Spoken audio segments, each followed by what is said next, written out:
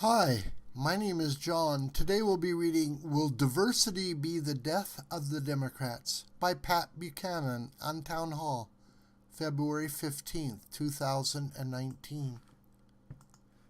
Both of America's great national parties are coalitions, but it is the Democratic Party that never ceases to celebrate diversity, racial, religious, ethnic, cultural, as its own and is America's greatest strength.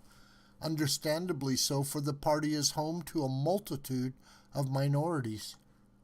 It is the domain of the LGBTQ movement. In presidential elections, Democrats win 70% of Hispanics, Jews, and Asian Americans, and 90% of African Americans. Yet lately the party seems to be careening into a virtual war of all against all. Democrat Governor Ralph Northam and Attorney General Mark Herring of Virginia have both admitted to using blackface. Northam imitated Michael Jackson's moonwalk in a 1984 dance contest. Herring, in 1980 at the University of Virginia, did a blackface impression of rap icon Curtis Blow, who called it ugly and degraded.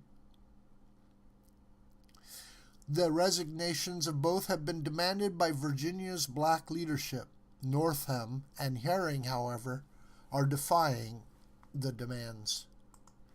Meanwhile, Lieutenant Governor Justin Fairfax, only the second black ever to win in statewide office, has been charged by 2 women with rape, and the demands for his resignation are growing louder and more insistent.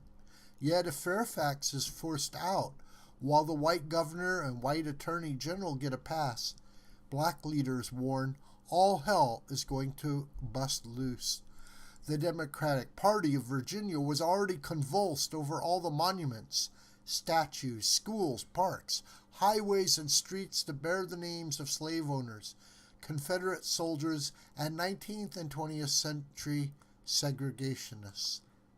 Across the Potomac, Ilhan Omar, the first ever Somali American to serve in Congress and a Muslim, ignited a firestorm last week when she gave this as a reason Congress faithfully votes the AIPAC line on Israel. It's all about the Benjamins, baby. The references to $100 bills on which Ben Franklin's face appears. The line is a rap lyric from a 1997 song by Puff Daddy. Omar was saying Congress has been bought. The House Democrat leadership demanded and got an apology from Omar for her use of anti-Semitic trope. But Omar now has company in the House. Palestinian-American Representative Rashida Tlaib, also a Muslim, shares and airs her views on Israel. The problem for Democrats? These provocateurs are magnets for the media. They speak for a rising minority in the party that regards Israel as an apartheid state that oppresses Palestinians, and they find an echo among millennials on the party's socialist left. As Thursday's Washington Post headline, this Omar flap could forecast a Democratic divide on Israel. Indeed, it may have already done so. When Senate Republicans proposed legislation to allow states to refuse to hire individuals or contractors who support the BDS movement to boycott Israel, Senators Kamala Harris, Cory Booker, Elizabeth Warren, and Bernie Sanders all voted no. The 4 say they are supporting freedom of speech to condemn Israeli policy, but to others it looks like a progressive democratic blessing for those urging that Israel be treated the same way Ian Smith's Rhodesia and apartheid South Africa were treated. Within the Democratic coalition, Asian Americans are now in conflict with blacks and Hispanics over admission policies at elite schools and universities.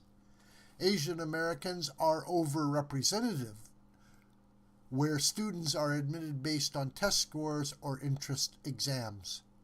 Black and Hispanic leaders are demanding that student bodies, regardless of test scores, look like the community. And if this requires affirmative action based upon race and ethnicity, so be it. The LGBTQ community is now in court demanding all the rights and protections of the civil rights laws of the 60s. This will bring gay groups into constant collisions with religious communities that adhere to traditional moral views on homosexuality.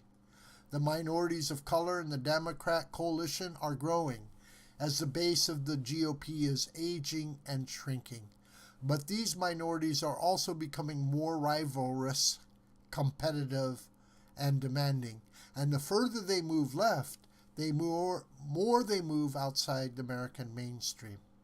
The Pledge of Allegiance this writer recited every day of school reads, "I pledge allegiance to the flag of the United States of America and to the republic for which it stands, one nation, under God, indivisible, with liberty and justice for all." Today, the Antifa left desecrates the flag as liberals praise NFL players who take a knee during the national anthem. Militant migrants march under Mexican flags to protest border security policies. The republic has been by our democracy. We are no longer one nation, indivisible. We have almost ceased talking to one another. As for under God, added in 1954, Democrats at their Charlotte convention sought to have God excised from the party platform. Liberty has been supplanted by diversity, justice by equality, but as revolutionary France, Stalin's USSR, Mao's China, Castro's Cuba, and Hugo Chavez's Venezuela proved, regimes that promise utopian and egalitarian societies inevitably reveal themselves to be undertakers of freedom, America's cause. This video is a production of the School of the White Crane. Hi, my name is John Brooker. Please subscribe to this YouTube channel, and please share this video with your family and friends and on social media. May God richly bless you, my beloved.